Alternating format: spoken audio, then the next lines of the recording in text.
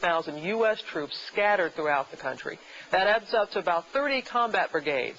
Reports out now say that nearly half of them, some 70,000 troops, or 15 combat brigades, could become part of a phased withdrawal next year. Just one of the expected recommendations from the Iraq Study Group. But what exactly does phased withdrawal mean?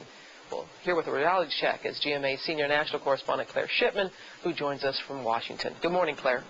Good morning, Robin. There are so many different terms being thrown around these days, and the fact is, when you talk about a phased withdrawal, it can mean a lot of different things in terms of when the troops would actually come home.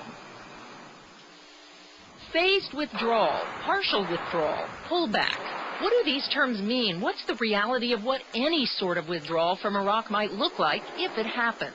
The Iraq Study Group is proposing a gradual phased withdrawal of troops that could take over a year and perhaps longer, depending on the assessment of military commanders. If we're going to make a withdrawal, and sometime obviously we will, we're not going to stay in this country forever, it'll be slow and steady because of the enemy. The 15 combat brigades, that's about 70,000 troops, would gradually be moved out of the country. And in fact, many experts believe that any withdrawal should actually be a pullback, moving troops to bases outside of Iraq but still in the region, ready to jump back in if needed. You want to have some of them there to reassure our allies that we're still committed to the region, but you don't want them any longer in an occupation role. But that's a controversial, many say, political move. It makes no military sense to me whatsoever. If you have a force set off someplace, they would only come back if there was a disastrous situation, a calamity where thousands of forces were fighting each other, and that's highly unlikely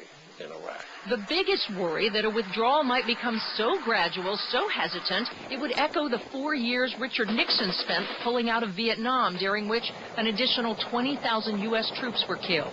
The danger of not setting a deadline is that that withdrawal could stretch out indefinitely.